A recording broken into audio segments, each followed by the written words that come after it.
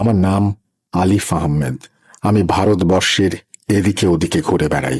আমার কোনো বাড়ি ঘর নেই। ছোট বয়স থেকেই আমার উপর আল্লাহ তাআলার অনেক রহমত ও সুনজর বিদ্যমান ছিল। আল্লাহ আমাকে একটি ধনী এবং খানদানি পরিবারের সন্তান হিসেবে এই পৃথিবীতে পাঠিয়েছিলেন। শুধু ধনী নয়, আল্লাহ আমাকে অনেক সুদর্শনও বানিয়েছিলেন। অমায়িক বাবা মা, ভাই বোন, ভালো চেহারা, ভালো ভাগ্য, টাকা, সম্মান। আল্লাহ যেন এই সব কিছু আমাকে দিয়ে পরিপূর্ণ করে রেখেছিলেন। ভাই, আমি কিন্তু নিজের প্রশংসা করার জন্য একেবারে এসব বলছি না, বরং আমি আমার জীবনের সত্যিটাই তুলে ধরছি। এসব কিছুর সাথে সাথে আল্লাহ আমাকে খুব বুদ্ধিমানও বানিয়েছিলেন। আমাদের পরিবারের অঢেল ধন সম্পদ থাকার পরও আমার ভেতরে একটা তাড়না ছিল যেন এই সম্পদ আমি কিভাবে দ্বিগুণ বা তিনগুণ করতে পারি। এই কারণেই আমি মাত্র 15 বছর বয়সে ব্যবসায় জড়িয়ে পড়েছিলাম। আমার আজও মনে পড়ে, সেটি ছিল 1996 সাল। মাত্র 15 বছর বয়সেই আমি একটি বড় জুয়েলারি প্রতিষ্ঠান স্থাপন করেছিলাম। এখন নিশ্চয়ই আপনারা ভাবছেন, এত ছোট একটা ছেলে কিভাবে একটি জুয়েলারির ব্যবসা করতে পারে, বা এত টাকাই বা সে কোত্থেকে পেল। ওই যে বলেছিলাম, আমার পরিবারের আর্থিক অবস্থা খুবই ভালো ছিল। আর 15 বছরের বাচ্চারা যখন তাদের বাবা মার কাছে আবদার করত, আমি তখন আমার আব্বুর সাথে ব্যবসা নিয়ে আলোচনা করতাম, নানান যুক্তি তর্ক উপস্থাপন করতাম। আমার আব্বু বলতেন আমি নাকি আমার বয়সের থেকেও 5 বছর এগিয়ে ছিলাম।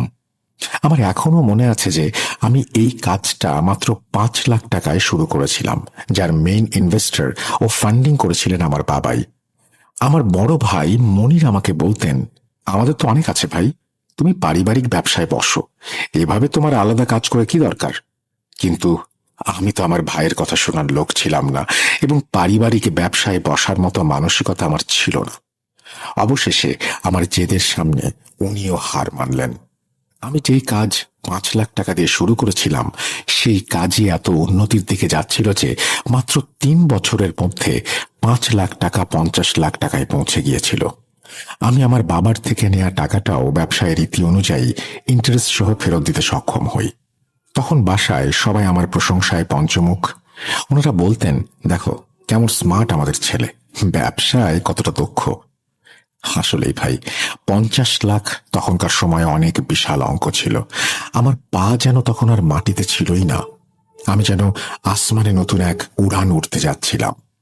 জীবনে প্রথম ব্যবসা, তাও আবার এত ছোট বয়সে, এবং আল্লাহ আমাকে এতটাই তৌফিক দিয়েছিলেন যে আমি আরো উৎসাহী হয়ে উঠলাম, এবং আমি ভাবলাম এই কাজটাকে আরো বড় করতে হবে। তাই আমি বিদেশ থেকে প্রচুর দামি পাথর আমদানি করতে শুরু করলাম। আল্লাহ সেখানেও আমাকে অনেক সাহায্য করেছেন এবং আমাকে সঠিক পথ প্রদর্শন করেছেন, আলহামদুলিল্লাহ। আর এরপর মাত্র 4 বছরের মধ্যে আমি প্রায় 7 কোটি টাকার মালিক বনে গিয়েছিলাম। আমি যেই সময়ের কথা বলছি, সেই সময়ে দেশে কোটিপতির সংখ্যা খুব একটা ছিল না, এমনকি লাখপতি হওয়াও একটা বিশাল ব্যাপার ছিল। কিন্তু সেই সময় আমি মাত্র 22 বছর বয়সে তা অর্জন করেছিলাম আল্লাহর রহমত ও আমার পরিশ্রমের মাধ্যমে। আমার জীবনযাপন ছিল খুবই হাইফাই। নতুন গাড়ি নিয়ে যেখানে ইচ্ছা যেতাম, বিত্তবান মানুষদের সাথে ওঠা বসা করতাম। আমার মনে হতো আমি জন্ম নিয়েছি খানদানি একটি পরিবারে, আর আমার পরিবার ভারতের সবচেয়ে ধনী পরিবারগুলোর মধ্যে অবস্থান করবে।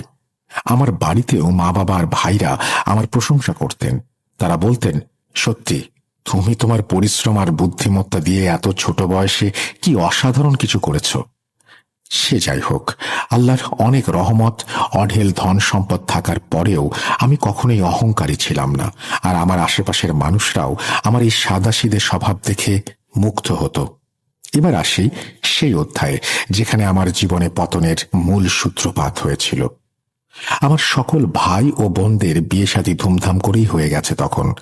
আমি একমাত্র অবিবাহিত ব্যক্তি যে কিনা তখন একাই থাকতাম। যেহেতু সব ভাই বোনদের বিয়ে হয়ে গিয়েছিল, সেহেতু আমার বিয়ে নিয়েও আমার আব্বু আম্মু ভাবনা শুরু করে দিলেন।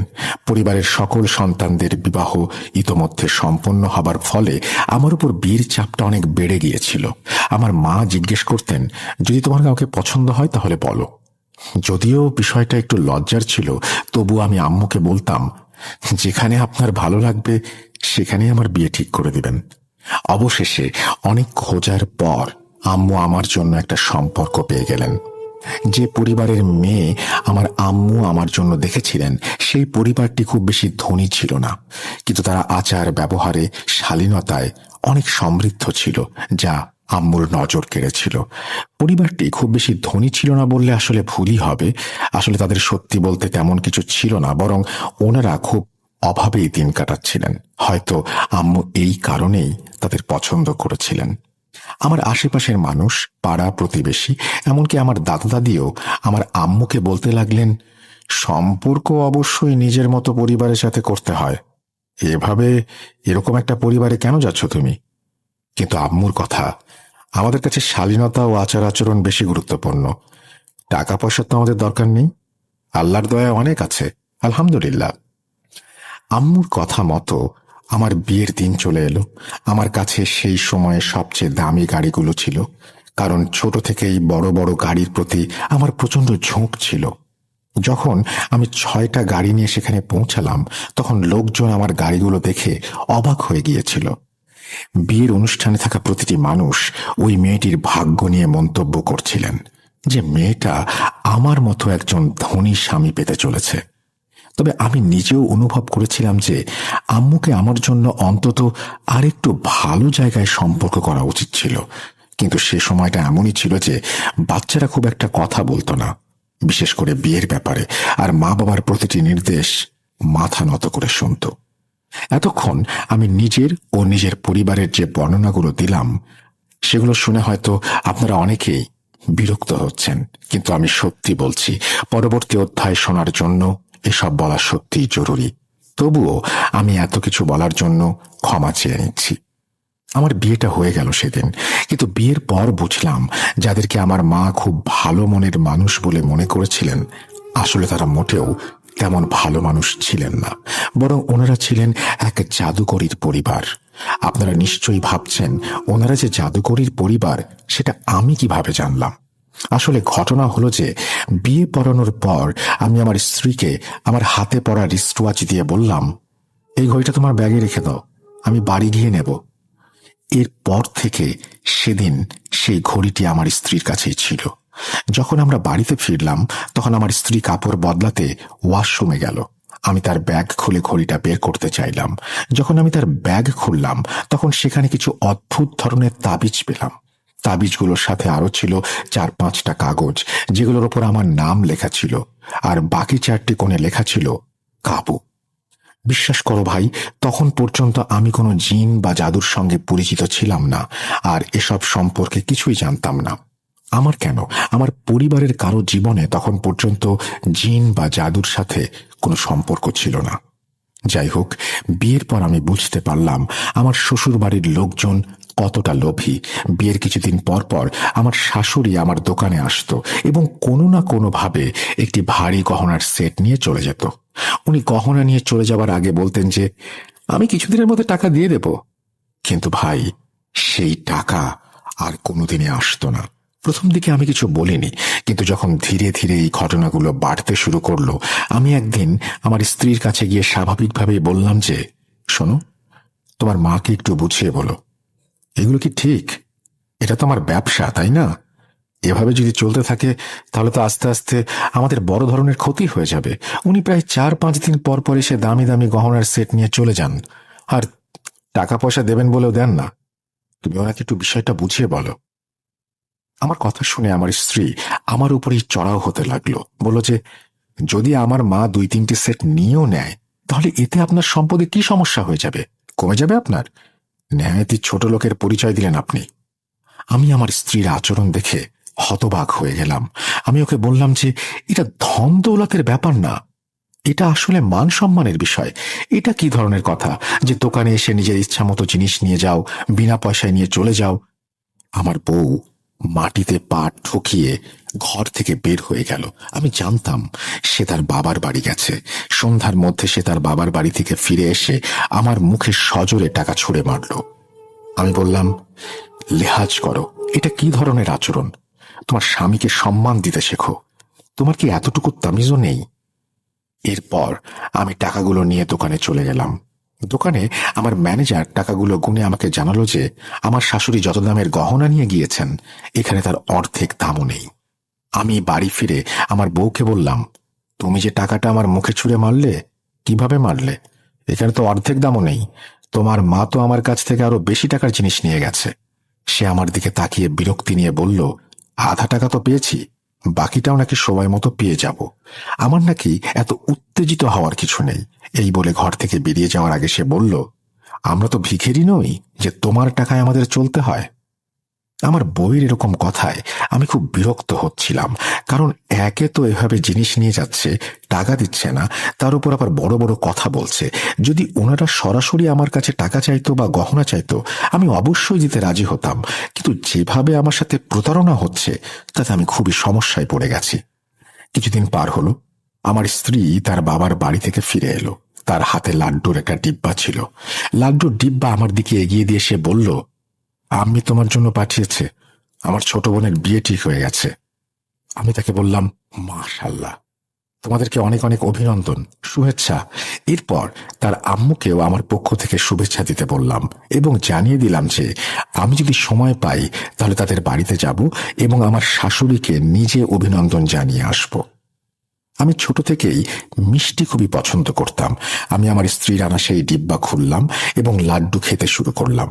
লাড্ডু খাওয়ার পর আমার মনে হলো যেন আমার মাথা ঘুরতে শুরু করেছে।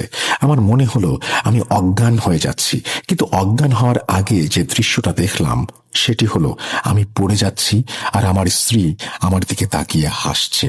যখন আমার চোখ জোড়া খুলল আমি তখন হাসপাতালে। আমার কাছে আমার পরিবারও ছিল, আমার বউ ছিল, আমার শাশুড়িও দাঁড়িয়েছিলেন। আমি উঠে সবার প্রথমে আমার বউকেই জিজ্ঞেস করলাম, তুমি লাড্ডুতে কি মিশিয়েছিলে?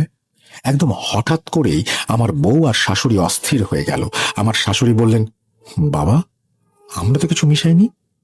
আমি ওনার থেকে মুখ ফিরিয়ে নিয়ে আমার বড় ভাই মনিরকে বললাম, ওই লাড্ডু খাওয়ার পর আমার শরীর খারাপ হয়ে গেছে।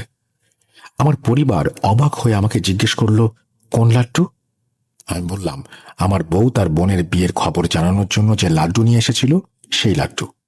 আমার কথা শুনে আমার বউ আর শাশুড়িকে অনেক বেশি চিন্তিত লাগছিল। আমার শাশুড়ি বলছিলেন, কি বলছো বাবা, আমরা তো খুশিতে লাড্ডু পাঠিয়েছিলাম, তো এতে কি কিছু মেশাতে হবে? তোমরা ডাক্তারের কাছে জিজ্ঞেস করো তাহলে আমরা লাড্ডুতে কিছু মিশিয়েছি কিনা, ওরাই বলবেন। আমার ভাই ডাক্তারের কাছে গেলেন। যখন তারা ডাক্তারের কাছে এই ব্যাপারে জিজ্ঞেস করলেন যে আমাকে বিষ বা অন্য কিছু দেয়া হয়েছে কিনা, ডাক্তার উত্তরে বললেন, না, এমন কিছু নয়, শুধু তার ব্লাড প্রেশারটা লো হয়ে গিয়েছিল, এই কারণেই অজ্ঞান হয়ে গিয়েছেন। এখন ডাক্তারও এই ব্যাপারে নিশ্চিত করেছিলেন যে কোনো বিষ জাতীয় কিছু দেয়া হয়নি। ডাক্তার তো নিজের জায়গা থেকে সঠিক কথাই বলেছিলেন, কারণ বিষ নয়, বরং আমার উপরে জাদু করা হয়েছিল, যা মেডিকেল রিপোর্টে ধরা পড়া অসম্ভব। এরপর দিন দিন আমার শরীর খুবই ভারী হয়ে যেতে লাগলো। আমি দোকানেও প্রতিদিন যেতে পারতাম না। আমার দোকানের ম্যানেজার প্রতিদিন এসে বলতো, ভাইজান, আপনার শাশুড়ি এসেছিলেন, দুটো সেট নিয়ে গেছেন। ম্যানেজারের কথাগুলো আমি শুনতাম, কিন্তু আমি জানি না কেন কিছুই বলতে পারতাম না, একেবারে চুপ হয়ে যেতাম। না স্ত্রীকে কিছু জিজ্ঞেস করতাম, না ম্যানেজারকে কিছু বলতাম, শুধু এটুকুই বলতাম, নিয়ে গেছে যাক, পরে আসলে আবার দিয়ে দিও। আমার মনে আছে ওই ম্যানেজার আমার দিকে অদ্ভুত চোখে তাকিয়ে দেখতো আর মনে মনে বলতো, তোর মাথা ঠিক আছে তো ভাই, টাকা মনে হয় তোর কাছে ধরে। আমি প্রায়ই আমার শ্বশুর বাড়ি যেতাম, কিন্তু শ্বশুর বাড়িতে আমি কেন যেতাম সেটা আমি জানি না।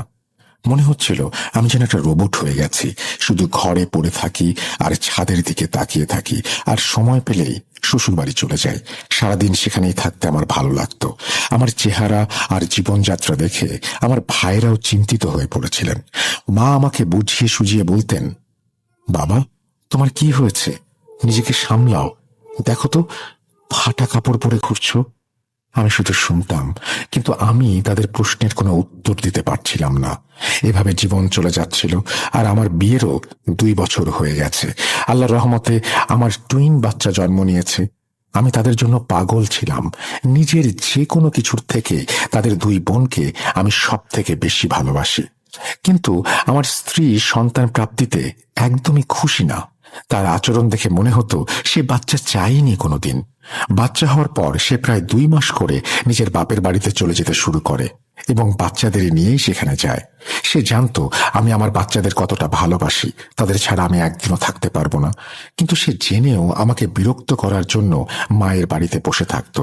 যদিও আমার শাশুড়ির আমার দোকান থেকে গহনা কিনে নিয়ে যাওয়ার ব্যাপারটা এখনো চলছিল। একদিন আমি খবর পেলাম আমার দোকানের এক কারিগর দোকান থেকে 1 লাখ টাকার গহনা নিয়ে পালিয়ে গেছে। এই কারিগরটি সেই ছিল যে প্রতিদিন আমার ম্যানেজারকে হিসাব দিত। আমার দোকানের স্টাফদের আমি এমনভাবেই বলে রেখেছিলাম যে আমি না থাকলে পুরো দোকানটা তাদের হাতেই থাকতো। এটা আমার ব্যবসার জন্য খুবই খারাপ একটা সিদ্ধান্ত ছিল। আমার দোকানে না যাওয়ার কারণে কাজ স্লো হয়ে গিয়েছিল। তার উপর ছেলেগুলো সুযোগ পেল, নিজেদের ইচ্ছে মতো চলতে লাগলো। মাঝে মাঝে তো দোকান দুপুর পর্যন্ত বন্ধই থাকতো। এখন আবার ওই কর্মচারী চুরি করে পালিয়ে গেছে। চুরির পর আমার পরিবার আমাকে বুঝিয়ে বলল, আলিফ, তুই দোকানে যা, একটু সময় দে। তোর বিয়ে হয়ে গেছে, কিন্তু তুই কেন এমন হয়ে গেছিস বুঝতে পারছি না। তাদের কথায় আমি দোকানে যাওয়া আবার শুরু করলাম, কিন্তু 1-2 ঘন্টার বেশি বসে থাকতে পারছিলাম না। এত বেশি জটিলতা হচ্ছিল, নানা চিন্তা আসতে লাগলো মনে। কখনো মন খারাপের চিন্তা, কখনো কারিগরদের ধোঁকা দিয়ে, কখনো এদের নিয়ে, আর কখনো ওদের নিয়ে। আমার মনে হতো আমি দোকান থেকে উঠে পালিয়ে যাই।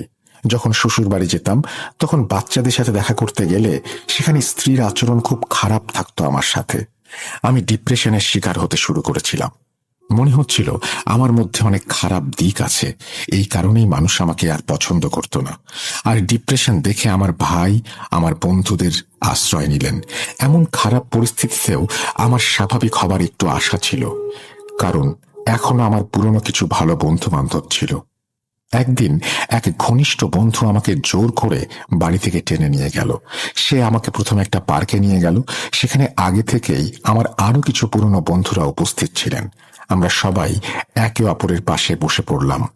আমি তাদের সাথে বিয়ের পরে প্রথমবারের মতো দেখা করতে গিয়েছিলাম। তারা আমাকে জিজ্ঞেস করলো, তুই কোথায় চলে গিয়েছিলি রে ভাই? কিরে, তোর কি ভাবিকে বেশি পছন্দ হয়েছে যে বন্ধুদেরকেও ছেড়ে দিলি? আমি তাদের কোনো কথার উত্তর দিতে পারছিলাম না। যখন তারা আমার মৌনতা আর আমার চেহারার এমন অবস্থা দেখল, তখন তারা আমার জন্য চিন্তিত, উদ্গ্রীব হয়ে গেল এবং জিজ্ঞেস করতে লাগলো, তোর কি হয়েছে? তোর এই মলিন মুখ, পুরনো কাপড়, তোকে তো চেনাই যাচ্ছে না। আমি বিষয়টি এড়ানোর জন্য বললাম, দোস্ত, বিয়ের পর দায়িত্ব বেড়ে যায়, তারপর মানুষ নিজেকে সময় দিতে পারে কোথায়? এরপর আমি দেখলাম একদম হ্যান্ডসাম একটা ছেলে যে কোট প্যান্ট পরে এসেছে আমাদের সঙ্গে এসে বসে গেল। সে সবার সাথে মুসাফা করছে, আর সবাই তার সঙ্গে এমনভাবে কথা বলছে যেন তারা তাকে ভালো করেই চেনে। তাকে দেখে আমার পুরনো দিনের কথা মনে পড়ে গেল। একসময় আমিও এমন সুন্দর পোশাকে বাইরে বের হতাম। তারপর আমার বন্ধু সেই ছেলের সঙ্গে আমার পরিচয় করিয়ে দিল। আমার বন্ধু আমাকে দেখিয়ে বলল, এ হলো আলিফ, যাকে নিয়ে প্রায় কথা হয়। তারপর সেই ব্যক্তির দিকে তাকিয়ে বলল, এটা মিরাজ সাহেব, ভাই ভাই সুগার মিলের মালিক। ইনি এখন আমাদের গ্রুপেরই সদস্য আর আমাদের খুব ভালো বন্ধু। আমি ওনার দিকে তাকিয়ে সালাম দিলাম। উনিও বসে বসে হাসতে হাসতে আমাকে সালাম দিলেন। আমিও হাসি দিয়ে উত্তর দিলাম। আমরা পরের 2 ঘন্টা সেখানে বসে গল্প গুজব করতে থাকলাম। কিন্তু এই 2 ঘন্টায় আমি বারবার অনুভব করছিলাম যে মিরাজ সাহেব আমার দিকে অপলক দৃষ্টিতে তাকিয়ে আছেন। যেভাবে উনি আমাকে দেখছিলেন তাতে আমি বেশ অস্বস্তিতে পড়ে যাচ্ছিলাম। যখন আমার বন্ধুরা আড্ডা শেষ করে উঠে যেতে লাগলো, মিরাজ সাহেব আমাকে বললেন, আলিফ সাহেব, আমি আপনার সাথে একটু কথা বলতে চাই। আপনি কি একটু সময় করে প্লিজ আসবেন আমার সাথে? আমার বন্ধুরা বলল, ভাই, তুই তাহলে ওনার সাথে বস, আমরা যাই। আমার সকল বন্ধুরা ইতোমধ্যে চলে গিয়েছিল। তখন শুধু আমি বসেছিলাম আর আমার সঙ্গে মিরাজ সাহেব। এদিক সেদিকে কথা বলছিলেন তিনি। হঠাৎ তিনি বললেন, আলিফ সাহেব, আপনি জানেন আমি কিছু কবিরাজি আমলও জানি।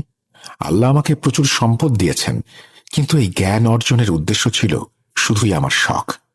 আমি হাসতে হাসতে মাথা নেড়ে বললাম, আচ্ছা, যেমনটা সাধারণ মানুষ করে। আমার মনে হলো যদি তিনি সত্যিই কবিরাজি আমল জানতেন, তাও আমি তার কাছে কি চাইতাম, কারণ যেমন পূর্বে বলেছি, তখন পর্যন্ত আমি এই জাদু টোনা সম্পর্কে কিছুই জানতাম না। এরপর ওনার সবকিছু শোনার পর আমি বললাম, শুনুন ভাই, খুব ভালো লাগলো, কিন্তু এখন আমাকে অনুমতি দিন, বাড়ি যেতে হবে। তখন তিনি বললেন, না, আমি আপনাকে দরকারি কাজে থাকতে বলেছি, এবং যে কথাগুলো আমি আপনার সম্পর্কে বলছি সেটা আমি আজ পর্যন্ত কাউকে বলিনি, কিন্তু আপনাকে বলার একটা উদ্দেশ্য আছে, কারণ আমি দেখতে পাচ্ছি যে আপনার জীবন খুবই দ্রুত নষ্ট হয়ে যাচ্ছে। আমি মিরাজ সাহেবকে বললাম, একটু পরিষ্কার করে বলেন আপনি কি বলতে চান, আমি আপনার কথাগুলো বুঝতে পারছি না। তারপর তিনি আমাকে বললেন, আপনার কি সেই লাড্ডুর কথা মনে আছে যেটা খাওয়ার পর আপনার মাথা ঘুরেছিল, তারপর আপনি হাসপাতাল অবধি গিয়েছিলেন? আমি তাকে বললাম, আপনি এই সম্পর্কে কিভাবে জানেন? উনি বললেন, আমি তো অনেক কিছু জানি, ওই তাবিজের কথাও জানি যেগুলো বিয়ের দিন আপনার বউয়ের পার্স থেকে পাওয়া গেছে, যেখানে আপনার নাম লেখা ছিল। তার কথা শুনে আমার মনে হচ্ছিল যেন বিদ্যুৎ চমকালো, আমি যেন একেবারে হতবাক। ঠিক আছে, লাড্ডুর ব্যাপারটা এমন হতে পারে যে আমার বন্ধুদের মাঝে কেউ হয়তো তাকে বলেছে, কিন্তু ওই ঘড়ির ব্যাপারটা তো আমি ছাড়া কেউ জানতো না। ওই রাতে যখন আমি পার্স খুলে ঘড়ি বের করতে গেলাম, তখন তার মধ্যে যে তাবিজ এবং কাগজগুলো ছিল, এটা শুধু আমার জানার কথা, আর কারো না। আমি তাকে জিজ্ঞেস করলাম, ওই তাবিজ আর কাগজগুলোতে আমার নাম লেখা ছিল। উনি বললেন, এগুলো সাধারণ কাগজ না, বরং এগুলো কালো জাদুর তাবিজ ছিল। আমি জিজ্ঞেস করলাম, আমার উপর কালো জাদু কে করবে, এবং এই কালো জাদু আসলে কি? উনি বললেন, এটা এক ধরনের নফসানি বিজ্ঞান, যেখানে কোনো জিনিসের শক্তি দিয়ে অন্যের উপর নিয়ন্ত্রণ করা হয়, তাকে ধ্বংস করা হয়, তার স্বাস্থ্যের ক্ষতি করা হয়। ওনার কথা শুনে আমি অবাক হয়ে গেলাম। তারপর আবার জিজ্ঞেস করলাম, আমার উপর কালো জাদু কে করবে? উনি বললেন, আপনার শুনতে কষ্ট হবে, কিন্তু আপনার বউও এখানে জড়িত আছে। আমি বললাম, মিরাজ সাহেব, আপনি এ কেমন কথা বলছেন?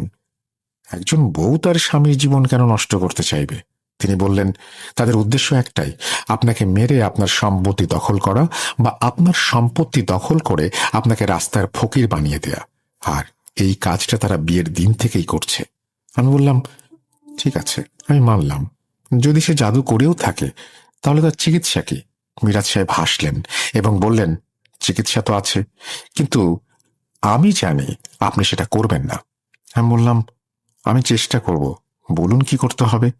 তখন তিনি বললেন, এখনই যান আর আপনার স্ত্রীকে তালাক দিয়ে আসুন। আপনার উপর যে জাদু করা হয়েছে তার একমাত্র সমাধান এটাই। এরপর কি করতে হবে সেটা আমি বলে দেব। তালাকের কথা শুনে আমার মাথায় বাজ পড়ল। আমি বললাম, আমি তাকে তালাক দিতে পারবো না ভাই, আমি কোনোভাবেই তালাক দিতে পারবো না। আর যদি তালাক দেই, তাহলে সে আমার বাচ্চাদের সাথে দেখা করতে দেবে না। মিরাজ সাহেব বললেন, আমি তো আগেই বলেছিলাম আপনি করবেন না, আর যেটা আমি আপনাকে জানাতে চেয়েছিলাম সেটা জানিয়ে দিলাম। এখন আপনি যান, আপনার যা ভালো মনে হয় তাই করুন। আল্লাহ আপনাকে নিরাপদে রাখুন, আমিন। এই বলে মিরাজ সাহেব সেখান থেকে চলে গেলেন। আমি অনেকক্ষণ ধরে চেয়ারে বসে তার কথাগুলো নিয়ে ভাবছিলাম, কিন্তু পরে মিরাজ সাহেবের কথাগুলো মাথা থেকে ঝেড়ে ফেললাম। মনে হলো সে হয়তো আমাকে ভুল বুঝিয়ে রেখেছে, কারণ আমি আমার বউকে চরম পর্যায়ে বিলিভ করতাম। এটা তখনের কথা যখন আমার স্ত্রী তার বাপের বাড়িতে থাকতে গেছে। প্রায় 4 মাস হয়ে গেছে, কিন্তু আমাকে তখন সে তার বাপের বাড়িতে গিয়ে আর বাচ্চাদের সাথে দেখা করতে দিল না। আমার ভিতর এমন একটা অবস্থা তৈরি হয়েছিল যে আমি না আমার স্ত্রীকে বলছিলাম তুমি এতদিন বাপের বাড়িতে কেন থাকো, না তার মাকে কিছু বলছিলাম যে আপনি এখনো কেন আমার দোকান থেকে ফ্রি সেট নিয়ে যাচ্ছেন। আমি খোলামেলা অনুমতি দিয়ে দিয়েছিলাম যে আমার শাশুড়ি যখন আসবে যা কিছু চাইবে দিয়ে দিতে। আপনারা ভাবতে পারেন যে প্রথম ঝগড়া আমার স্ত্রীর সাথে এই কারণেই হয়েছিল যে তার মা কেন ফ্রি সেট আমার দোকান থেকে নিয়ে যায়। এখন আমি নিজে অনুমতি দিচ্ছি, তাহলে এর মানে হলো আমি আসলে কারো প্রভাবের মধ্যে আছি। বুঝতে পারছেন? এক রাত্রে আমি স্বপ্ন দেখলাম যে একটা মেয়ের সাথে 4 মুখওয়ালা একটা বিশাল সাপ এসেছে আমার ঘরে। সাপ এত বড় যে যা দেখে আমি ভয় পেয়ে গেলাম।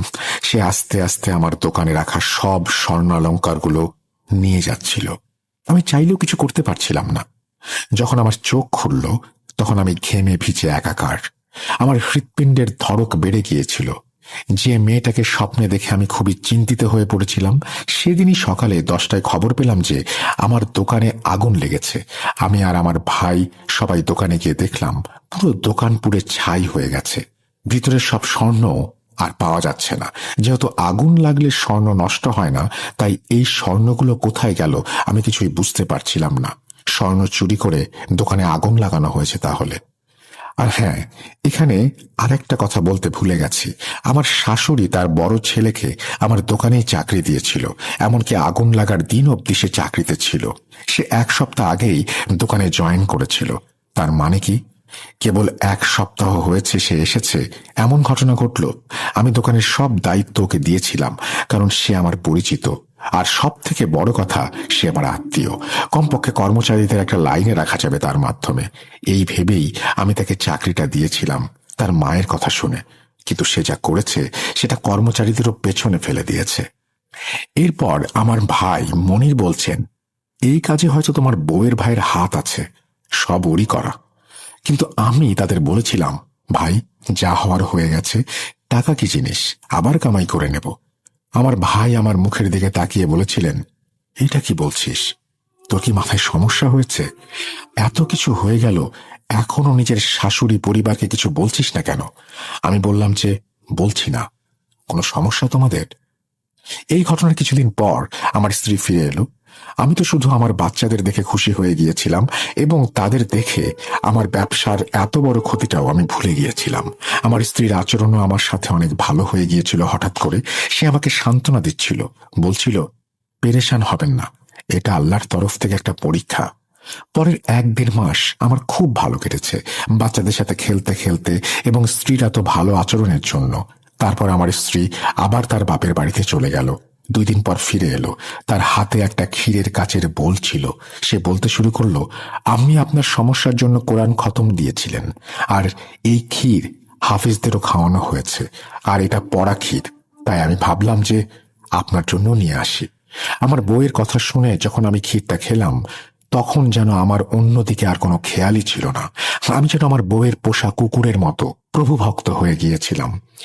যেমন যখন আমি ক্ষীরটা খাচ্ছিলাম, আমার স্ত্রী আমাকে বলছিলেন যে, আপনি আপনার সম্পত্তির অংশের দাবি করুন এবং আপনার ভাইদের বলুন যেন তারা আপনার অংশ দিয়ে দেন। আমার আম্মু আব্বু মৃত্যুবরণ করেছিলেন এবং আমার সব খরচ আমার ভাই বহন করছিলেন। এটা ঠিক যে তাদের দোকান বা এই বাড়িতে আমার অংশ ছিল, কিন্তু এত কিছুর উন্নতিতে সব কষ্ট তো আমার ভাইয়েরই। আমি তো জীবনে শুধু নিজের কাজই সামলেছি। আমার ভাই খুব ভালো মানুষ ছিলেন। তিনি আমার কষ্ট দেখে কখনোই বলেননি, তুমি কেন দোকানে আসো না, বরং উনি আমার সব খরচ নিজেই তদারকি করতেন এবং আমাকে সৎ পরামর্শও দিতেন। আমাদের পরিবারের জুতার ফ্যাক্টরি ছিল। আমরা পুরো ভারত জুড়ে আমাদের জুতা বিক্রি করতাম।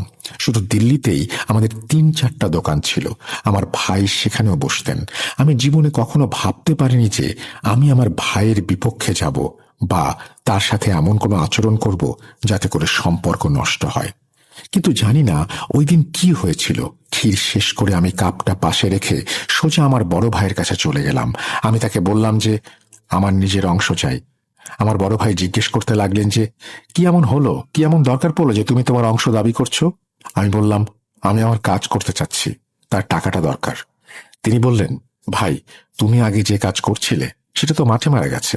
এখন তোমার কাজ করার কি দরকার, যখন বাড়িতে বসে টাকা পাচ্ছ? আমি যাই করছি সব তো তোমার আর আমারই, অংশ নিয়ে কি করবে? উনি এও বললেন যে যতটুকু লাভ হয় আমরা 2 ভাই মিলে ভাগ করে নেই, এবং আমাকে উনি সমান অংশই দেবেন, যা আসলে সত্যি।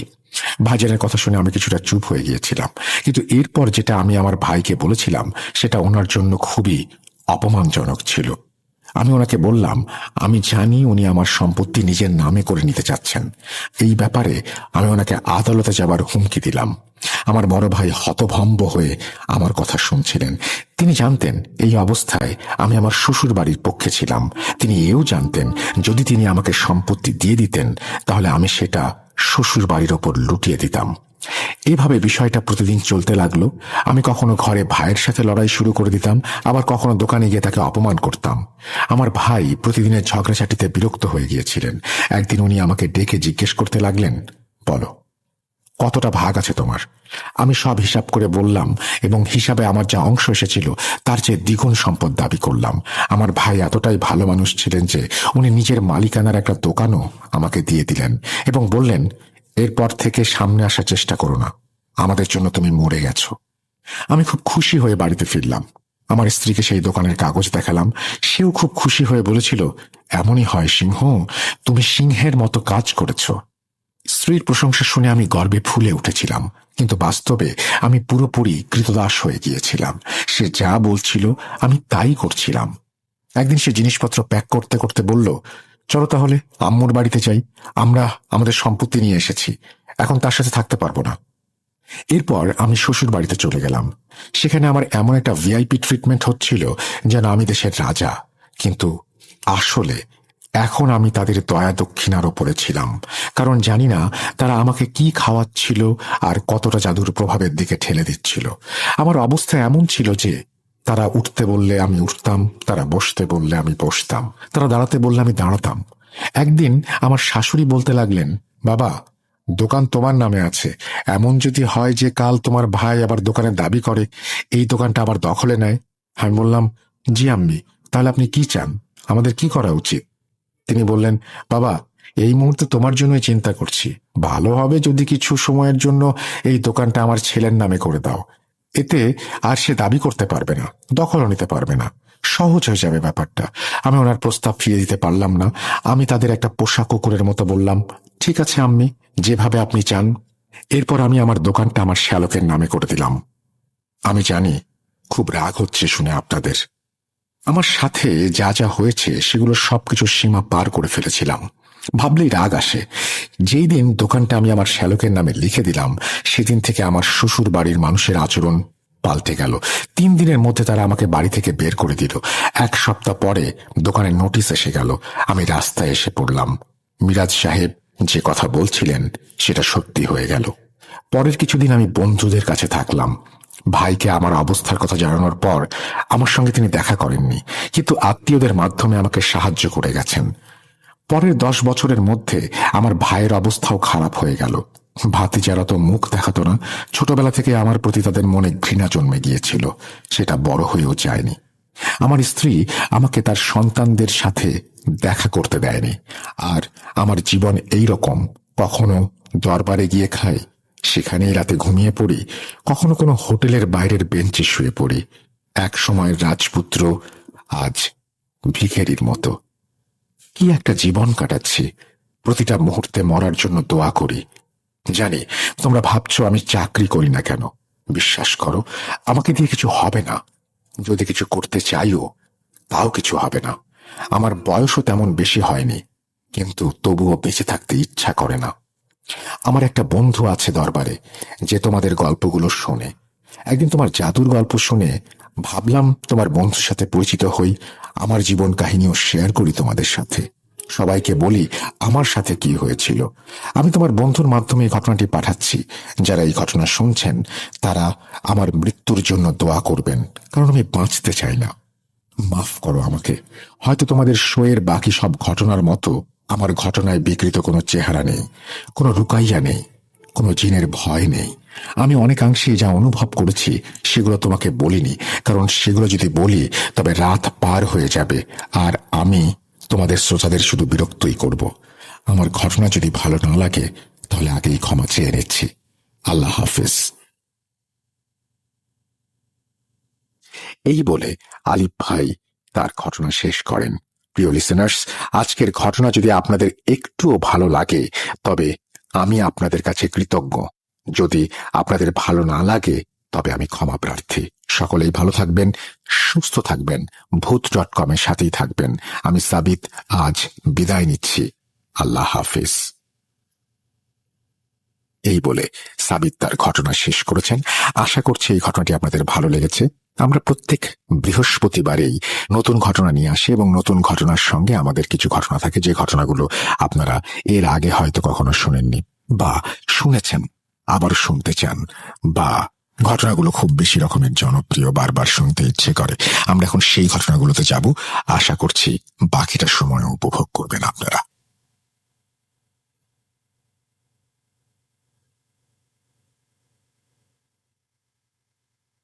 যেভাবে লেখা আছে আমি সেভাবেই শুরু করছি। আসসালামু আলাইকুম রাসেল ভাই ও প্রিয় শ্রোতা বন্ধুরা, কেমন আছেন আপনারা? আশা করি সকলেই সবসময় খুব ভালো আছেন ও সুস্থ আছেন।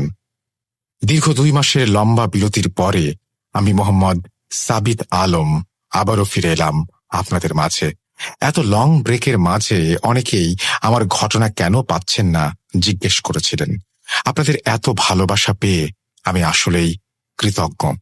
এজন্য মহান আল্লাহ তাআলার শুকরিয়া আদায় করি ও আপনাদের সকলের সুস্থতা কামনা করে আমি আজকের ঘটনাটি শুরু করছি।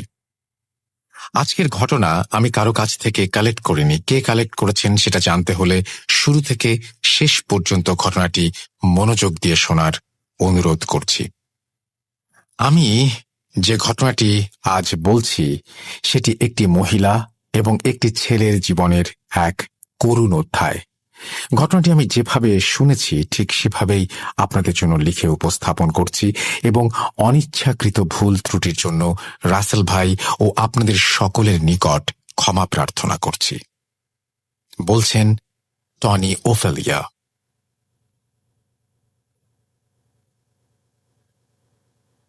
মানুষ বলে মৃত্যুর পর বাকি হেভেন ও হেলের রাস্তা খুলে যায়। কি বলে হেভেন আর হেলের অস্তিত্ব শুধু মৃত্যুর পরেই হয়ে থাকে?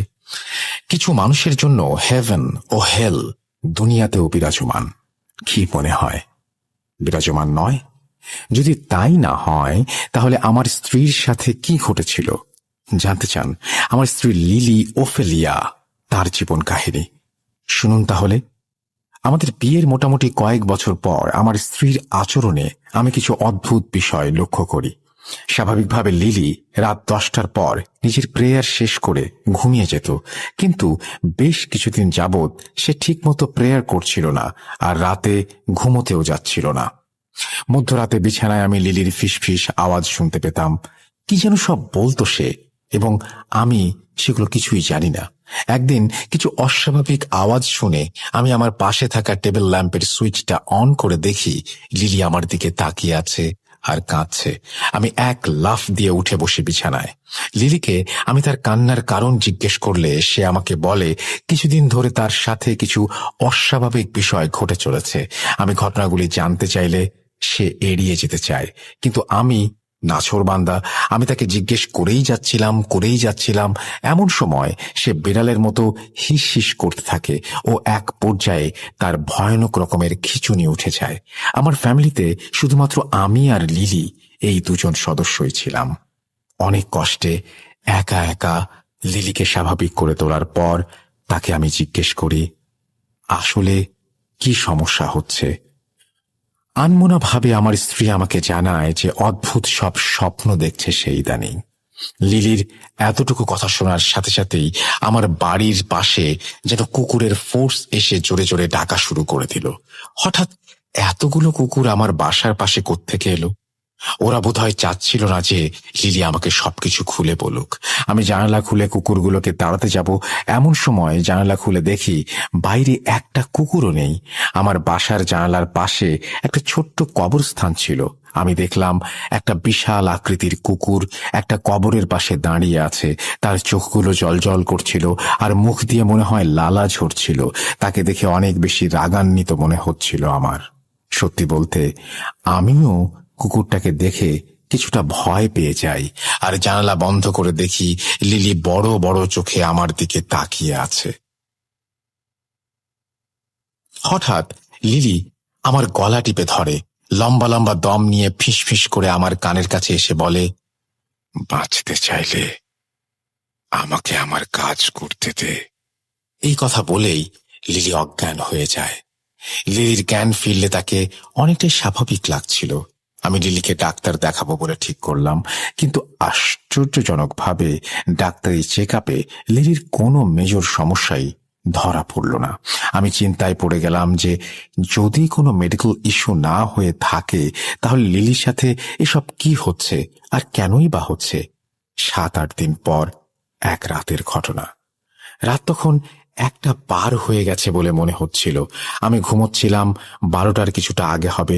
হঠাৎ আমার গালে আমি ভেজা কিছুর অস্তিত্ব অনুভব করলাম। আমার ইনস্টিংক্ট বলছিল এটা সামথিং ডেঞ্জারাস। হঠাৎ আমার চোখ খুলে যায় আর আমি দেখতে পাই লিলি আমার ঘাড়ের ওপর নিঃশ্বাস ফেলছে। আমি নিজের অজান্তেই আমার হাত দিয়ে টেবিল ল্যাম্প অন করে দেখি লিলির চোখের মণিটা শিকারী জন্তুর চোখের মনি হয়ে গেছে আর চেহারার সমস্ত ব্লাড ভেইনগুলো ভেসে উঠেছে। আমার দিকে তাকিয়ে সে হাসছে আর সাপের মতো হিস হিস করতে করতে বলছে, তোর লিলির সময় চলে এসেছে, পারলে বাঁচা। আমি লিলিকে সজোরে একটা চড় দিয়ে জোরে চিৎকার করে উঠে বলি, লিলি, এসব কি বলছো তুমি? হুঁশে আসো, তুমি হুঁশে আসো। আমার কথা শেষ হবার আগেই লিলি বিছানায় অজ্ঞান হয়ে পড়ে গেল। জ্ঞান ফেরার পর সে যথারীতি স্বাভাবিক। আমি বুঝতে পারছিলাম না কি হচ্ছে এসব। এর মাঝে লিলির ভেতর কিছু পরিবর্তন লক্ষ্য করলাম। সে মর্নিং প্রেয়ার ছেড়ে দিয়েছে, চার্চে একেবারেই যেত না। ফ্রিজে অনেক দিনের থাকা নষ্ট হয়ে যাওয়া দুর্গন্ধযুক্ত তরকারি খেত, সাথে পচা গলা মাংস। ফ্রিজ 24 ঘন্টা চালু থাকার পরেও কিভাবে মাংস এভাবে পচে যাচ্ছে এটাও আমি বুঝতে পারছিলাম না। আস্তে আস্তে সে শুকিয়ে যাচ্ছিল আর পানি খাওয়া বন্ধ করে দিয়েছিল। একদিন বাথরুমে সে অজ্ঞান হয়ে পড়ে গেল। আমি ডাক্তারের কাছে নিয়ে যাই তাকে। ডাক্তার জানায় যে তার ম্যালনিউট্রিশন, ডিহাইড্রেশন ও ফুড পয়জনিং হয়েছে। লিলিকে হসপিটালে ভর্তি করি আমি। হসপিটালের বেডে আমি লিলির পাশে বসেছিলাম। লিলি আমার গলায় থাকা ক্রসটা ধরে টেনে নিয়ে বলল, টনি, আমাকে বাঁচাও, ওই শয়তানগুলো আমাকে ধরে ফেলেছে, মেরে ফেলবে আমাকেও, আমাকে বাঁচাও। এই বলে সে জ্ঞান হারায়। আমি নিজেও কিছুটা আন্দাজ করতে পারছিলাম যে এটা কোনো অপশক্তির কাজ। আমি চার্চে গিয়ে ফাদার আর্থারের সাথে এই বিষয়ে কথা বললাম। ফাদার আর্থার আমাকে বললেন 2 দিন পর উনি আমার বাসায় আসবেন। যদি এমন কোনো সমস্যা থাকে তবে সেগুলো রেকর্ড করবেন আর বিশপের পারমিশন নিয়ে এক্সরসিজম করবেন। 2 দিন পর আমি ডাক্তারের অনেক অজুহাত দেখিয়ে লিলিকে বাড়িতে নিয়ে আসি। সন্ধ্যাবেলা ফাদার আর্থার আর ওনার পার্টনার ফাদার রয় আসেন আমাদের বাসায়। ফাদাররা এসে লিলির পাশে বসে লিলিকে সবকিছু বলতে বলেন। এরপরের ঘটনা লিলির ভাষাতেই শোনা যাক। বলছেন লিলি ওফেলিয়া। এই সমস্যাটা প্রায় মাসখানেক আগে শুরু হয়। আমি সেদিন ইভিনিং প্রেয়ারের জন্য বসেছিলাম। হঠাৎ প্রেয়ার রুমে খট করে একটা আওয়াজ হয়। আমি চোখ খুলে আশেপাশে দেখি, হঠাৎ দেয়ালে লাগানো বড় ক্রসটার দিকে আমার চোখ চলে যায় আর আমি দেখি ক্রসটা মাটিতে পড়ে গেছে। আমি ভাবলাম বাতাসের কারণে এমন হতেই পারে। আমি ক্রসটা ঠিক করে সেটা আগের মতো অবস্থায় রেখে দেই।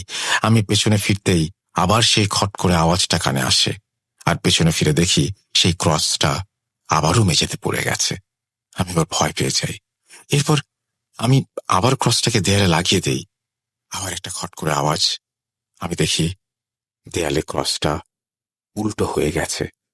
আমি হাত জোর করে বসে পড়ি মেঝেতে, ঈশ্বরের সঙ্গ কামনা করতে থাকি। হঠাৎ পেছন থেকে কেউ একজন কর্কশ গলায় বলে ওঠে, ঈশ্বরের স্থান শুধু মূর্তি আর ছবিতেই। ঈশ্বর নেই, আমি ঈশ্বর, আমাকে গ্রহণ করো। আমি ভয়ে প্রেয়ার রুম থেকে বের হয়ে বিছানায় শুয়ে পড়ি। সেদিন আর তেমন কিছু হয়নি। আমার এতটুকু কথা শুনে ফাদার রয় আমাকে একটা আনলিভেন ব্রেড তার একটা টুকরা খেতে দেন। প্রিয় লিসেনার্স, আমি সাবিত এখানে আপনাদের একটা বিষয় জানাতে চাই। আনলিভেন ব্রেড আসলে কি? আনলিভেন ব্রেড হচ্ছে ইস্ট ছাড়া তৈরি একটি ক্রাঞ্চি গোল ব্রেড। খ্রিস্টান ধর্মমতে যিশুকে ক্রুশবিদ্ধ করার আগের রাতে তিনি তার প্রেরিতদের সাথে একটি মিল অর্থাৎ খাবার ভাগ করে নিয়েছিলেন এবং আসন্ন স্যাক্রিফাইস সম্পর্কে একটি বার্তা প্রদানের জন্য এই ইস্ট ছাড়া রুটি ব্যবহার করেছিলেন। তিনি রুটিটি ভেঙে শিশুদের দিয়েছিলেন এবং তাদের পরিত্রাণের জন্য এটি তার দেহের প্রতিনিধি মনে করে খেতে বলেছিলেন। কিছু চার্চ বিশ্বাস করে যে রুটিটি যিশুর দেহের প্রতিনিধি অর্থাৎ পবিত্র। কোনো মানুষ পজেসড হলে এই রুটির মাধ্যমে তার পজেশন আইডেন্টিফাই করা যায়। চলুন লিলি ওফেলিয়ার ভাষায় ফেরা যাক। আমি ফাদারদের বলি মাসখানেক সময়ে যদি টনি বাসায় থাকতো না, তখন আমি বিছানায় বা সোফায় যেখানেই বসি সেগুলো কেঁপে উঠত। বিছানা আমাকে টেনে ধরে রাখত।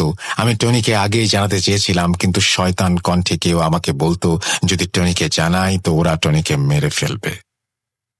কিন্তু আর কষ্ট সহ্য করতে না পেরে আমি টনিকে সব বলে দেই। আমি ধাপে ধাপে 3টি স্বপ্ন দেখতাম সব সময়। স্বপ্নগুলি আমি ধাপে ধাপে বলছি। প্রথম স্বপ্ন, আমি দেখতাম যে আমি একটি ধোঁয়াময় জায়গায় দাঁড়িয়ে আছি, আর আমার চারপাশে সাপের মতো হিস হিস শব্দ, নরকের মতো অসহ্য যন্ত্রণায় আমার শরীর জ্বালা পোড়া করছিল। এর মাঝে আবছা একটা অবয়ব আমি দেখতে পাই। দ্বিতীয় স্বপ্ন, আমি আবার সেই ধোঁয়াময় জায়গা দেখতাম যেখানে আমি কষ্ট পাচ্ছিলাম। হঠাৎ একটা আবছা অবয়ব আমার দিকে হাত বাড়িয়ে দেয় আর আমাকে বলে, হোল্ড মাই হ্যান্ড। আমি তার হাত ধরতে চেয়েও ধরতে পারতাম না। তৃতীয় স্বপ্ন, এবার আমি দেখলাম আমি একটি জানালার রুমে বন্দি। আমি পজেসড। দুজন ফাদার আমার এক্সোসিজম করছে, কিন্তু পারছেন না। হঠাৎ এক মাঝ বয়স্ক যুবক এসে এক্সোসিজমে অংশ নেয়। সে আমার মাথায় হাত বুলিয়ে দিতে থাকে। আস্তে আস্তে আমি শান্তি অনুভব করি, আর এরপর আমি ঘুমিয়ে যাই। লিলি তার কথা শেষ করে ঘুমিয়ে পড়ে। ফাদার আর্থার আমাকে বাইরে নিয়ে আসেন আর বলেন, দেখুন মিস্টার টনি, আসলে এগুলো আপনার ওয়াইফের মনের রোগ। ডেভিলের পজিশনের কোনো সাইন তার ভেতরে নেই। আনলিভেন ব্রেড হচ্ছে পবিত্র একটি খাবার। পজেসড হলে মাস্ট সে রিয়্যাক্ট করত সেটা খেয়ে। ওনাকে ডাক্তার দেখান। ফাদার ওনার কথা শেষ করে চলে যান। আমি ফাদারকে বিদায় দিয়ে লিলির কাছে এসে দেখি লিলি ঘুমাচ্ছে। এরপর আমি ঘর ঝাড় দেওয়ার জন্য ফুল ঝাড় এনে ঘর ঝাড় দিচ্ছিলাম। হঠাৎ লিলির বেডের নিচ থেকে আমি সেই রুটির টুকরো খুঁজে পাই যা ফাদার লিলিকে খেতে দিয়েছিলেন। আমি ভাবতে থাকি, আচ্ছা, লিলি কি তাহলে সেই রুটির টুকরো খায়নি? কিন্তু ও তো আমাদের সবার সামনে রুটির টুকরো হাতে মুঠ করে মুখে পুরে দিল। তাহলে কি রুটির বাকি টুকরো ফাদারই ভুল করে ফেলে গেছেন? আমি দাঁড়িয়ে দাঁড়িয়ে ভাবছিলাম। এমন সময় লিলি আমার হাত চেপে ধরে আর কর্কশ গলায় বলতে থাকে, ধরে ফেলেছিস না? আমার ধোঁকা বুঝে গেছিস।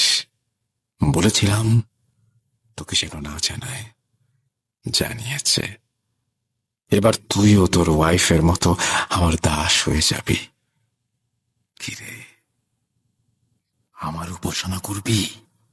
এই কথা শুনে আমি এক ঝটকায় লিলির হাত ছাড়িয়ে রুম লক করে দৌড়ে চার্চে চলে যাই আর ফাদার আর্থারকে খুঁজে বের করে তাকে সবকিছু জানাই। ফাদার আর্থার বিশপকে ইনফর্ম করেন আর এভিডেন্স নিয়ে আসবেন বলে জানান। আমি ফাদার আর্থার আর ফাদার রয় 3 জন মিলে রাতের বেলা বাড়ি ফিরে আসি। লিলির ঘরের দরজা খুলতেই আমরা দেখি লিলির রুমের এক কোনায় বসে খুব তীক্ষ্ণ গলায় গানের সুরে গুনগুন করছিল, God is sleeping. I am here. I am singing. And God is not there. আমি আর ফাদার রয় 2 জন মিলে তাকে ধরে নিয়ে আসতে পারছিলাম না। আনবিলিভেবল হিউম্যান স্ট্রেংথ ছিল তার শরীরে। অনেক কষ্ট করে তাকে আমরা সেই জায়গা থেকে সরাতে পারিনি। ফাদার আর্থার তখনও ভিডিও রেকর্ডিং করছিলেন। উনি লিলিকে জিজ্ঞেস করেন কে সে আর কেন এসেছে। লিলি কর্কশ গলায় ফাদারকে প্রচুর গালাগাল করেন আর চলে যেতে বলেন। এরপর আমরা 3 জন রুম থেকে বেরিয়ে আসি। ফাদার আর্থার বলেন, টনি সাহেব, লিলি পজেসড। যত জলদি সম্ভব এক্সরসিজম করতে হবে। আমি চার্চে যাচ্ছি।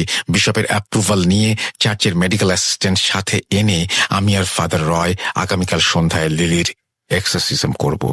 God bless you my child. এই বলে ফাদার বুকে ক্রস এঁকে চলে যান। সেদিন সারা রাত আমি প্রেয়ার রুমে কাটিয়ে দেই। একবারও লিলির ঘরে যাইনি। সারা রাত লিলির রুম থেকে অমানবিক আত্মচিৎকার ভেসে আসছিল। কখনো সে বলছিল, আমার ওকে চাই, ও আমার জীবনদাতা, আমি বাঁচতে চাই, আরো মানুষের ভেতরে নিজেকে লুকিয়ে রাখতে চাই। কেউ চেনে না আমাকে, কেউ না। সকালবেলা লিলির রুমের দরজা খুলে দেখি সে বিছানায় শুয়ে ঘুমোচ্ছে। বমি করে নিজের জামা কাপড় নষ্ট করে ফেলেছে। আমি রুম পরিষ্কার করে লিলিকে নতুন জামা কাপড় পরিয়ে তৈরি করে রাখি। সময় যেন আর কাটে না।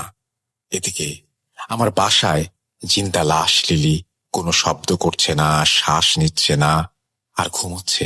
অবশেষে সন্ধ্যায় কলিং বেলের আওয়াজে আমার শরীরে প্রণোদয় হয়। দরজা খুলে ফাদার আর্থার আর ফাদার রয়কে গ্রিট করে ভেতরে নিয়ে আসি আমি। ফাদার আর্থার আর ফাদার রয় মিলে লিলির ওপর 4টে এক্সরসিজম পারফর্ম করেন। স্বচক্ষে দেখা সেই 4টি এক্সোসিজম আমি ধাপে ধাপে বলছি।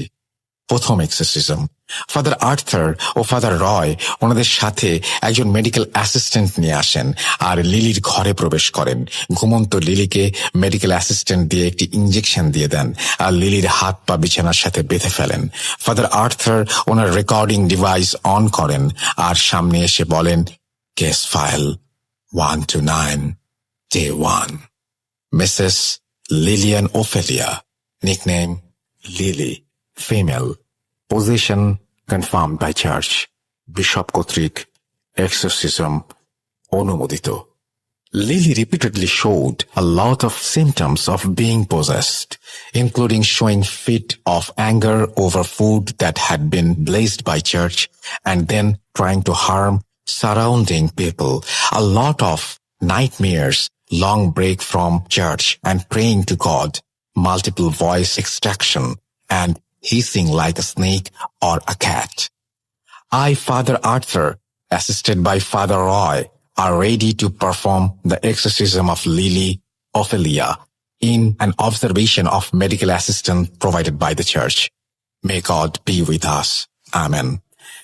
এরপর ফাদার আর্থার তার সাথে আনা ব্যাগ থেকে মোবাইল, হলি ওয়াটার, হলি জেল বের করে বেগুনি কালারের একটি ক্রস আঁকা শাল নিজের গলায় জড়িয়ে শুরু করলেন লিলির প্রথম এক্সোসিজম। ফাদার আর্থার লিলির কপালে হলি জেল দিয়ে ক্রস আঁকলেন আর লিলির ওপরে হলি ওয়াটার দিয়ে ক্রস আঁকলেন। এরপর উনি বললেন, লিলিয়ান, মাই চাইল্ড, আমি জানি ডিপ ডাউন তুমি আমাকে শুনতে পাচ্ছ। গড আমাদের সাথে আছেন। তুমি এই শয়তানকে হারাতে আমাদের সাহায্য করো। এরপর ফাদার আর্থার আর ফাদার রয় বাইবেল হাতে নিয়ে in the name of father, the god and the Holi spirit বলে বাইবেলের ভার্স পড়া শুরু করলেন। 2-3 মিনিট বাইবেল পড়ার পর লিলি নড়ে চড়ে উঠল আর ফাদারকে দেখে জন্তু জানোয়ারের মতো গ্রল করতে শুরু করলো। ফাদার লিলিকে উদ্দেশ্য করে বললেন যে লিলির ভেতর থাকা শয়তান যে নিজেকে অন্ধকারে লুকিয়ে রেখে মানবজাতির অনিষ্ট করে সে যেন সামনে আসে আর নিজেকে আইডেন্টিফাই করে। লিলি তার হাত পায়ের বাঁধন খোলার চেষ্টা করছিল আর লিলির নিচে থাকা বিছানাটি যেন কাঁপছিল। ফাদার আর্থার ব্যাগ থেকে পাথরের গুঁড়ো বের করে বিছানার চারপাশ ঘেরাও করে দিলেন। হঠাৎ লিলি একদম চুপ হয়ে গেল।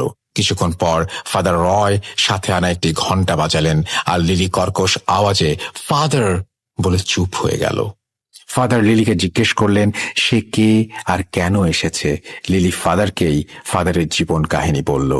ফাদার বললেন এসব বলে ওনাকে ভয় দেখিয়ে কোনো লাভ নেই। এরপর লিলি ফাদার রয়ের দিকে তাকিয়ে বলল, আমার পুরুষ শরীর প্রয়োজন। আমি জানি তুই শয়তানকে বিশ্বাস করিস। তোর মা বাবা বাঁচতে পারত কিন্তু গড তাকে বাঁচায়নি। গড নেই, শয়তানের কাছে আয়, তোর মা বাবাকে তুই আবার ফিরে পাবি। ফাদার রয় এসব শুনে ভয়ে মুষড়ে পড়ছিলেন আর ওনার হাত থেকে বাইবেল পড়ে যায়। ফাদার আর্থার তখন ফাদার রয়কে জোর করে একটি ধমক দেন আর বলেন শয়তানের কথায় কান না দিতে। কিছুক্ষণ পর লিলি এত জোরে চিৎকার করতে শুরু করে যে ফাদার আর্থার নিজেও বাইবেল বিছানায় ফেলে কানে হাত দিয়ে ফেলেন। এমন সময় লিলির ডান হাতের বাঁধন খুলে যায় আর দড়ির টানে হাতের কবজি কেটে রক্ত বের হতে থাকে। মেডিকেল অ্যাসিস্ট্যান্ট তখন এক্সরসিজম বিরতি নেওয়ার পরামর্শ দেন। আমরা সবাই লিলিকে ধরি আর লিলিকে ইঞ্জেকশন দিয়ে আনকনশাস করে রাখা হয়। আমি সহ বাকি সবাই রুম থেকে বেরিয়ে আসি। ফাদার আর্থার ফাদার রয়কে তখন বকাবকি করছিলেন আর বলছিলেন এক্সরসিজমে বিলিফ আর ভক্তি মেইন। শয়তানের কথায় কান দিলে সে ম্যানিপুলেট করবেই, তাই তার কথায় কান দেয়া যাবে না। ফাদার রয়ের ভক্তিতে যেন কোনো সন্দেহ না থাকে বলে সতর্ক করে দেন। আমি ফাদারকে জিজ্ঞেস করি যে এক্সরসিজম কেন কাজ করছে না। ফাদার বলেন ডেভিলটা মেবি অনেক বেশি বয়স্ক আর ক্ষমতাশীল। কোনো একটা স্পেশাল পারপাসে সে লিলিয়ানের ওপর ভর করেছে। এক্সরসিজম করতে করতে দুর্বল হলে এক সময় ছেড়ে যাবে, না হলে কিছু করার থাকবে না। এরপর ফাদার আর্থার ফাদার রয়কে আরো এক দফা সাবধান করে দিয়ে এক্সরসিজম রিজিউম করতে বলেন এবং রুমে প্রবেশ করেন। আমি এবার ভেতরে যাই। লিলিয়ানের অবস্থা দেখা আমার পক্ষে সম্ভব না। ফাদার ভেতরে বাইবেল পড়ছিলেন, আমি শুনতে পাচ্ছিলাম। একাধিক ভয়েসে লিলিয়ান কথা বলছিল, একাধিক ভাষায় লিলিয়ান বলছিল আর চিৎকার করছিল। ফাদাররা অনেকবার তার নাম জিজ্ঞেস করলেও সে বলেনি। প্রায় 1 ঘন্টা চেষ্টা করার পর ফাদাররা রুম থেকে বেরিয়ে আসেন। মেডিকেল অ্যাসিস্ট্যান্টের মতে আজকে এক্সরসিজম কন্টিনিউ করাটা লিলিয়ানের শরীরের পক্ষে ক্ষতিকর হতে পারে বলে সেদিনের মতো এক্সরসিজম সমাপ্ত করে দেয়া হয়। ফাদাররা চলে গেলে আমি লিলিয়ানের রুমে যাই। বমি করে রুমের চারপাশে ছেটানো, রুমের জিনিসপত্র উল্টো পাল্টা করা, বিছানার 1 পা ভাঙা। কষ্টে, রাগে আর দুঃখে আমার শরীর যেন জ্বলছিল। আমি লিলির সামনে গিয়ে জিজ্ঞেস করি, আমার স্ত্রীর শরীরে কে? কেন আমার স্ত্রীকে সে এত কষ্ট দিচ্ছে? লিলি নিশ্চুপ, তার হাতে স্যালাইন লাগানো, সে যেন বেঁচে থেকেও মৃত। দ্বিতীয় এক্সরসিজম। বিকেলের দিকে ফাদার আর্থার আর ফাদার রয় ওনাদের সহযোগী নিয়ে আবার আসেন এক্সরসিজম করতে। যথারীতি ফাদার আর্থার রুমে গিয়ে টেপ রেকর্ডারে বলতে শুরু করলেন, case 1 to 9, the exorcism of Lilian Ophelia female, exorcism authorised by bishop. যা যা আগে বলেছিলেন সেগুলোই তিনি বলে যান। এরপর ব্রিফিং শেষে ফাদার আর্থার আবার লিলির এক্সরসিজম শুরু করেন। বাইবেলের ভার্স পড়ার সাথে সাথে ফাদার লিলির সাথে অনেক কথা বলেন। লিলির ভেতরে থাকা শয়তান ফাদারের সাথে অনেক বিষয় নিয়ে কথা বলে। সে জানায় সে একজন আনক্লিন ডিমন, অধিক আমরা লিজিয়ন, এমন কিছু কথা সে বলে। ফাদার বলেন লিজিয়ন মানে অধিক, আনক্লিন ডিমন, যার এক্সারসাইজ জিসাস নিজেই করেছিলেন। কিন্তু লিলিয়ানকে যখন জিজ্ঞেস করা হয় সে কে, তখন সে আমি নাম বলবো না বলে। অর্থাৎ সে একজন, কিন্তু লিজিয়ন হলে 1-এর অধিক, অর্থাৎ আমরা বলবে। ফাদার বুঝে ফেলেন এসে মিথ্যা কথা বলছে। ফাদার রুম থেকে বেরিয়ে এলেন আর আমার কাঁধে হাত রেখে বললেন, it's very hard my child, pray for her. কিছুক্ষণ বিরতি নিয়ে ফাদার আবার এক্সরসিজম স্টার্ট করলেন। আমি রুমের বাইরে ঘন্টার আওয়াজ শুনতে পাচ্ছিলাম। অনেক বাক বিতণ্ডার ভেতর দিয়ে দ্বিতীয় এক্সরসিজম সমাপ্ত হয় এবং ইট ওয়াজ আ ফেলিয়ার। তৃতীয় এক্সরসিজম, ফাদার আর্থার যথারীতি টেপ রেকর্ডারে আবারও আগের কথাগুলো রেকর্ড করেন এবং সেখানে তিনি এবার বলেন, case 1 to 9, Lilian Ophelia female is believed to be possessed by a devil demon. After 2 unsuccessful attempts of exorcism, the third exorcism is going to be started by the authorization of the church and the blessing of God. এবার father কিছুটা নতুন পদ্ধতি অবলম্বন করেন। নিজের গলায় থাকা শাল লিলির মাথায় ধরে বললেন নাম বলতে। এদিকে ফাদার রয় ভার্স পড়ে যাচ্ছিলেন। লিলিয়ান চিৎকার করতে থাকে। লিলিয়ানের মুখে হলি ওয়াটার ছিটিয়ে দেন ফাদার। লিলি তখন খুব কষ্টে নিজের শরীর মোচড়াচ্ছিল। এদিকে বাইবেলের ভার্স পড়া শেষ করে ফাদার রয় ঘন্টা বাজিয়ে বলছিলেন, the father commands you to depart, devil be gone. রুমে থাকা আমরা সবাই টানা 7 বার একসাথে বিগন বলছিলাম আর লিলিয়ান চুপ হয়ে গিয়েছিল। ফাদার লিলিয়ানের মাথা থেকে শাল সরাতেই সে শয়তানে একটা হাসি দিয়ে বলল, পিকাবু, ফাদার আমি এখানে, তোমার কাজ না এটা, তুমি চেষ্টা করেছো কিন্তু পারবে না। ফাদার আর্থার রাগে দুঃখে রুম থেকে বেরিয়ে আসেন আর আমাকে বলেন যে দিনের পর দিন এক্সরসিজম খারাপের দিকে যাচ্ছে। গড ছাড়া কেউ সাহায্য করার মতো নেই। গড সাহায্য করছেন না, কেন করছেন না আমরা কেউ জানি না। এদিকে লিলির শারীরিক অবস্থার অবনতি হচ্ছিল বিধায় সেদিন আর এক্সরসিজম কন্টিনিউ করা সম্ভব হয়নি। চতুর্থ এক্সরসিজমের দিনটি অন্যান্য এক্সরসিজম ডে থেকে আলাদা ছিল, কারণ ফাদার আর্থার, ফাদার রয় ও মেডিকেল অ্যাসিস্ট্যান্টের সাথে সেদিন নতুন এক যুবক ফাদারের সাথে। ঘরে ঢুকেই সেই যুবক আমার সাথে হাত মিলিয়ে বলেন তার নাম গ্যাব্রিয়েল আর সে লিলির এক্সরসিজমে অংশগ্রহণ করবে। প্রথম দিন গ্যাব্রিয়েল লিলির সাথে কথা বলার চেষ্টা করে, কিন্তু লিলির শরীরে থাকা ডিমন কোনো কমিউনিকেশন করে না। কিন্তু ডেভিল তাকে ছেড়ে দিলে লিলি কিছু কথা শেয়ার করে। দ্বিতীয় দিন যখন গ্যাব্রিয়েল আবার লিলির সাথে দেখা করতে যায়, তখন লিলির শরীরে থাকা ডেভিল তার ফেস রিভিল করে। সম্পূর্ণ রুম ধোঁয়ায় ভরে যায়। লিলির শরীর থেকে সেই ধোঁয়া বের হচ্ছিল। কিছুক্ষণ পর লিলির শরীরে আশেপাশে থেকে ধোঁয়া সরে যেতে শুরু করে এবং হালকা ধোঁয়ার চাদরে মোড়া ডেভিলের চেহারা ভেসে ওঠে।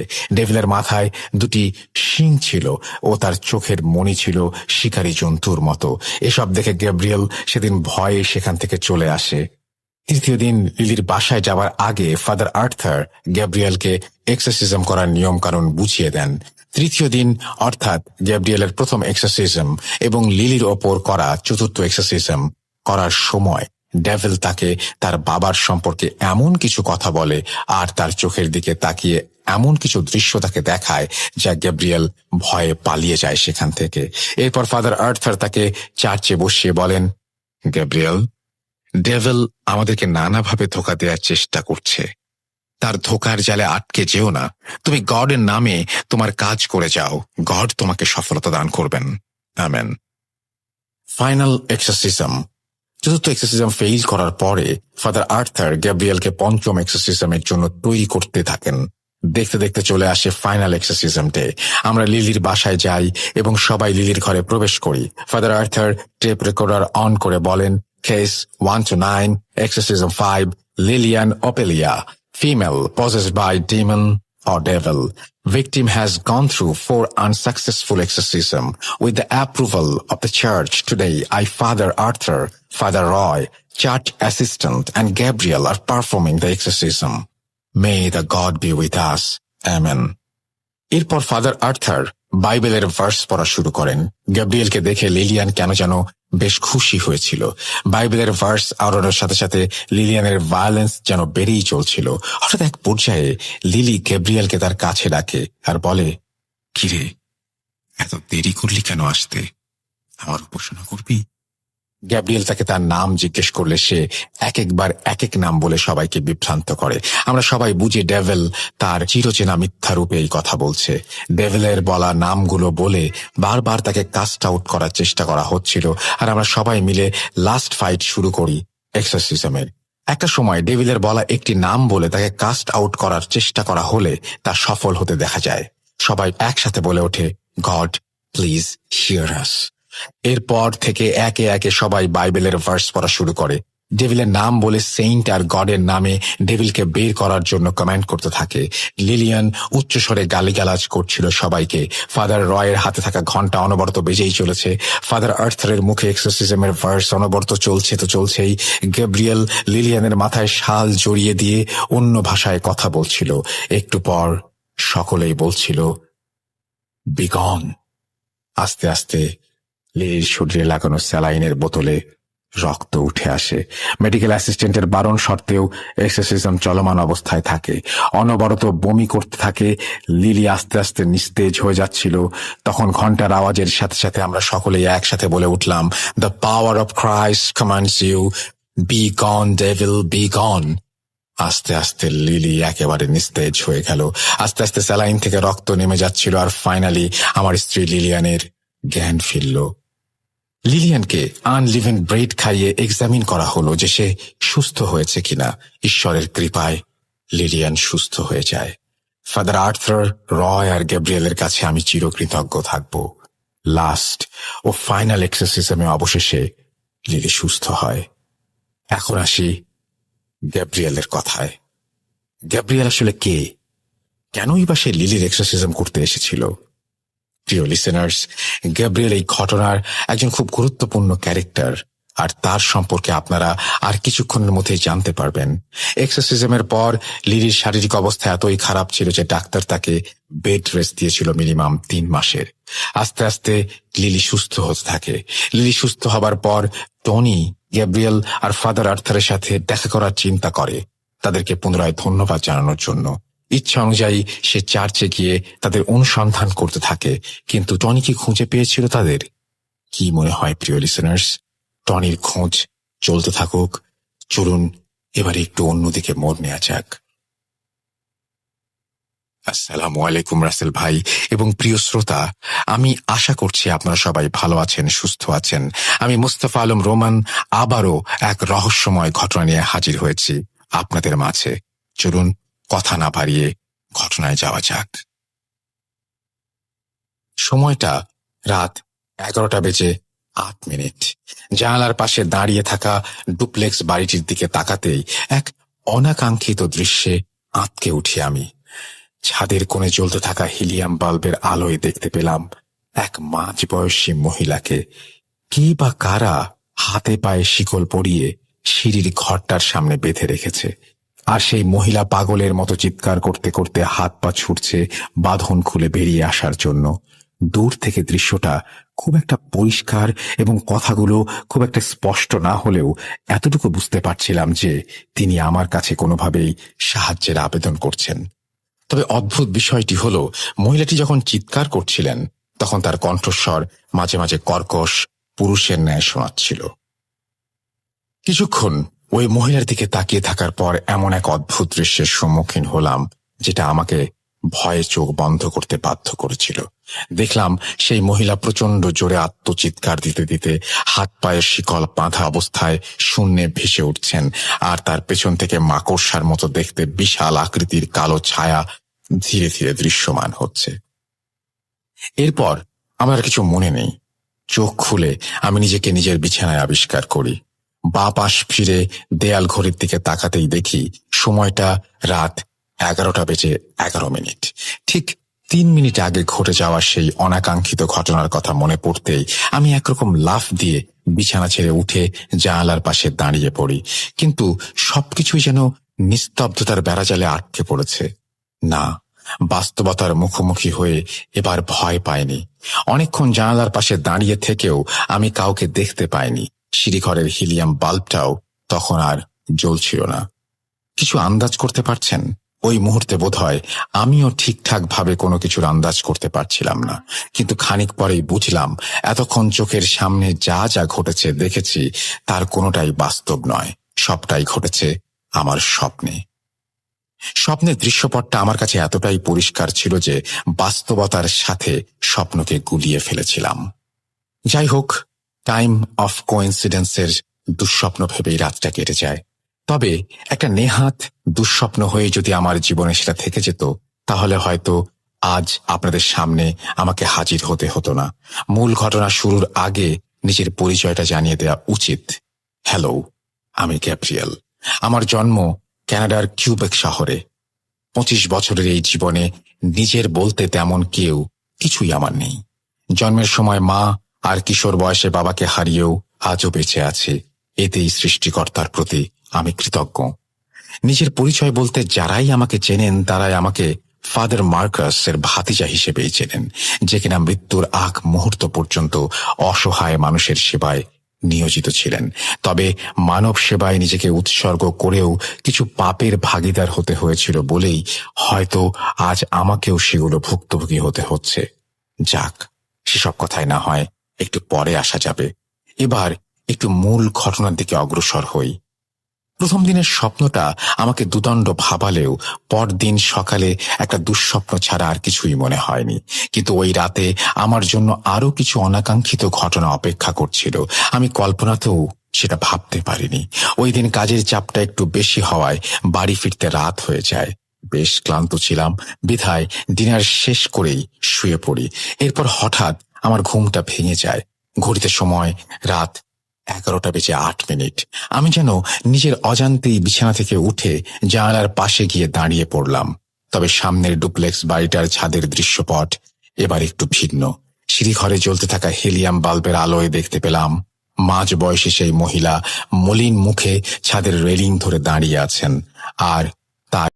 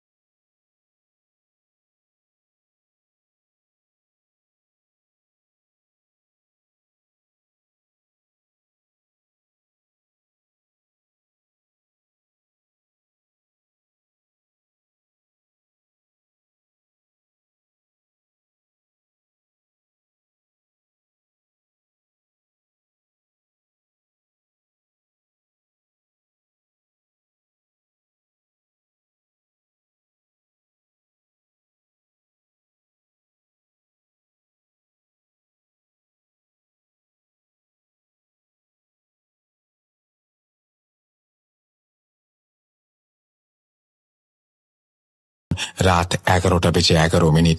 ওই মুহূর্তে আমি রীতিমতো বাকরুদ্ধ হয়ে গিয়েছিলাম। হয়তো ভয়ের কারণে শরীরের কোনো অঙ্গ প্রত্যঙ্গ নাড়াচাড়া করতে পারছিলাম না। এমন সময় আমার ঠিক কি করা উচিত সেটাও আমার মাথায় আসছিল না। একজন ফাদারের ভাতিজা হওয়ার কারণে এটুকু বুঝতে পারছিলাম আমার সাথে প্যারানরমাল কোনো কিছু ঘটতে চলেছে, আর আমাকে এই সমস্যার সমাধান পেতে হলে চার্চের ফাদারের সাথে দেখা করতে হবে। ওই রাতে আরও একটা চিন্তা আমাকে ঘুমোতে দেয়নি। স্বপ্নের বিষয়টা নিয়ে কিছুক্ষণ চিন্তা করতে করতে হুট করেই একটা জিনিস আমার মাথায় চলে আসে। আচ্ছা, আমি স্বপ্নে যা দেখলাম সেটা তো পজিশনের ধাপ, কিন্তু আমি সেটা রিভার্সে কেন দেখলাম? তাহলে আসলেও কি কেউ কোনো ডেভিলের আসরে পড়েছে? আমার কাছে কি সত্যি কেউ সাহায্য চাইছে? এই জন্যই কি আমি স্বপ্নগুলো দেখছিলাম? এই সবকিছু চিন্তা করতে করতেই সূর্যের তীক্ষ্ণ রশ্মি আমার রুমে প্রবেশ করতে থাকে। ভোরের আলো ফুটতে দেখি আমি, এবং এক প্রকার স্বস্তির নিঃশ্বাস ফেলে বিছানা ছেড়ে উঠে পড়ি আর ফ্রেশ হয়ে সোজা বেরিয়ে পড়ি চার্চের উদ্দেশ্যে। অনেক চার্চেই এক্সোসিজম পারফর্ম করা হয়, বিধায় আমার মূল উদ্দেশ্য ছিল সেই সব চার্চে গিয়ে এরকম একজন রোগীর খোঁজ করা যার সমস্যাগুলো আমার স্বপ্নের সাথে মিলে যাবে। আশেপাশের কয়েকটা চার্চে ঘুরে সেরকম কোনো তথ্য না পেয়ে আমি অফিসের দিকে যেতে থাকি। হঠাৎ একটা অদ্ভুত জিনিস লক্ষ্য করে আমার গাড়িটা থামিয়ে দেই। রাস্তার ডান পাশে ছোট্ট একটা চার্চ, আর কাকতালীয় ভাবে তার পাশেও একটা ডুপ্লেক্স বিল্ডিং। বিষয়টা অবাক করার মতো হলেও আমি বেশ আশা নিয়ে গাড়ি থেকে নেমে চার্চের দিকে এগিয়ে যাই। চার্চের বাইরে গিয়ে একজন ফাদারকে কিছু বাচ্চার সাথে কথা বলতে দেখে আমি তার দিকে এগিয়ে যাই। Praise the god, hello father বলেই নিজের পরিচয় দিতেই সে বেশ হাসি মুখে আমার দিকে তাকিয়ে বলেন, may the God bless you child. কিন্তু ফাদার তার নিজের পরিচয় দেবার সময় হঠাৎই তার চেহারায় যেন আমি কিছু পরিবর্তন লক্ষ্য করি। দেখে মনে হচ্ছিল তিনি আমাকে দেখে কিছুটা অবাকই হয়েছেন। তবে সে সময় তিনি তার নাম ছাড়া সেভাবে কিছু না বলে আমাকে আমার প্রয়োজনের কথা জিজ্ঞেস করেন। ওনার নাম ছিল আর্থার। সময় নষ্ট না করে আমি সরাসরি তাকে আমার স্বপ্নের সাথে মিল থাকা একজন অসুস্থ মহিলার ব্যাপারে জিজ্ঞেস করি। এবার তিনি যেন আরেকটু অবাক হয়ে জিজ্ঞেস করেন কেন আমি এমন একজন মহিলার খোঁজ করছি। এরপর আমি তাকে আমার স্বপ্নের ব্যাপারটা খুলে বললে তিনি যেন বাকরুদ্ধ হয়ে যান। তিনি কোনো কথা না বলে আমার ডান হাতটা ধরে সোজা চার্চের ভেতরে নিয়ে যান। ভেতরে গিয়ে আরো 3 জন ফাদারকে আমি দেখতে পাই। তারা নিজেদের কাজে ব্যস্ত ছিলেন।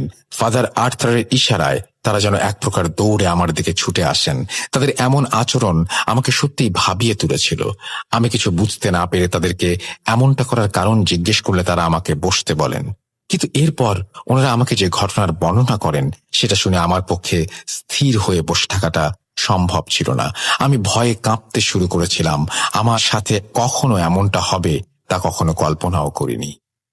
ফাদার আর্থার শুরুতেই আমাকে স্থির হয়ে বসতে বলে খুব ধৈর্য সহকারে তার কথাগুলো শুনতে বলেছিলেন। আমাকে কিছুটা দ্বিধাগ্রস্ত দেখে বলেছিলেন, মিস্টার গ্যাব্রিয়েল ডি সুজা, আমি জানি না কথাটা ঠিক কিভাবে শুরু করব, আর আপনিই বা সেটাকে কিভাবে গ্রহণ করবেন। সত্যি বলতে আমরা কদিন যাবৎ আপনার খোঁজেই ছিলাম। এটা সত্যি কাকতালীয়ভাবে একটা ব্যাপার যে আপনি নিজেই আমাদের কাছে এসেছেন সাহায্য করার জন্য। আপনি নিজেও হয়তো বুঝতে পারছেন আমরা আপনার দেখা পেয়ে যেমনি অবাক হয়েছি তেমনি কিছুটা চিন্তামুক্ত হয়েছি। তবে আপনার সাথে যে ঘটনাগুলো ঘটেছে সেটার সমাধান পাওয়ার আগে আরও একজন মানুষের জীবনে ঘটে চলা কিছু ঘটনার ব্যাপারে আপনাকে জানাতে চাই। লিলিয়ান অফেলিয়া, ডাকনাম লিলি, 33 বছর বয়সী এই মহিলার স্বামী গত সপ্তাহে আমাদের কাছে এসেছিলেন তার স্ত্রীর কিছু সমস্যার কথা নিয়ে। সে নাকি বেশ কিছুদিন যাবৎ অসুস্থ এবং ডাক্তারের শরণাপন্ন হবার পরেও অসুস্থতা দিন দিন বেড়েই চলেছে। বিশেষ করে গত 3 দিন যাবৎ সে কিছু অদ্ভুত আচরণের সম্মুখীন হয়েছে। মূলত তিনি একটি ডেভিলের দ্বারা পজেসড। এবং তিনি তারপরে সেই ঘটনাগুলো বর্ণনা করার পরে বলেন, তুমি সেই ছেলে যে লিলিকে সাহায্য করতে পারবে, কারণ গত 3 দিন যাবৎ একজন ছেলেকে নিয়ে সে স্বপ্ন দেখছে যে তার দিকে সাহায্যের হাত বাড়িয়ে দিচ্ছে। আমি ফাদারের কাছ থেকে একদমই এমন কোনো উত্তরের আশা করিনি। মিনিট খানেকের জন্য আমি প্রায় ভ্যাবাচাকা খেয়ে গেলাম, কিন্তু একটা সময় নিজেকে সামলে নিতে সক্ষম হলাম। যেহেতু ফাদাররা লিলির সমস্যা সমাধানের জন্য আমাকে খুঁজছিলেন, সেহেতু আমার মনেও লিলিকে দেখার এবং স্বপ্নে সমাধান খোঁজার কৌতূহল জাগে। তাই আমি সরাসরি ফাদার আর্থারকে বলি যে আমি লিলির সাথে দেখা করতে চাই। ফাদার আর্থারও আমার কথায় রাজি হয়ে যান এবং নিজেই বিকেলে আমাকে লিলির বাড়িতে নিয়ে যাওয়ার প্রতিশ্রুতি দেন। আমি চার্চের ফাদারকে বিদায় জানিয়ে সোজা অফিসে চলে যাই এবং কিছু জরুরি কাজ শেষে অসুস্থতার কথা বলে হাফ ডে লিভ অ্যাপ্লিকেশন দিয়ে বেরিয়ে আসি। বিকেলে আমি সেই চার্চে ফাদারের সাথে দেখা করি এবং তিনি আর বাকি 3 জন সহযোগী আমাকে নিয়ে লিলিদের বাসার উদ্দেশ্যে রওনা দেন। আমি ভেবেছিলাম হয়তো চার্চের পাশে ডুপ্লেক্স বিল্ডিং এর কোনো একটা ফ্লোরে তাদের বাসা, তবে আমি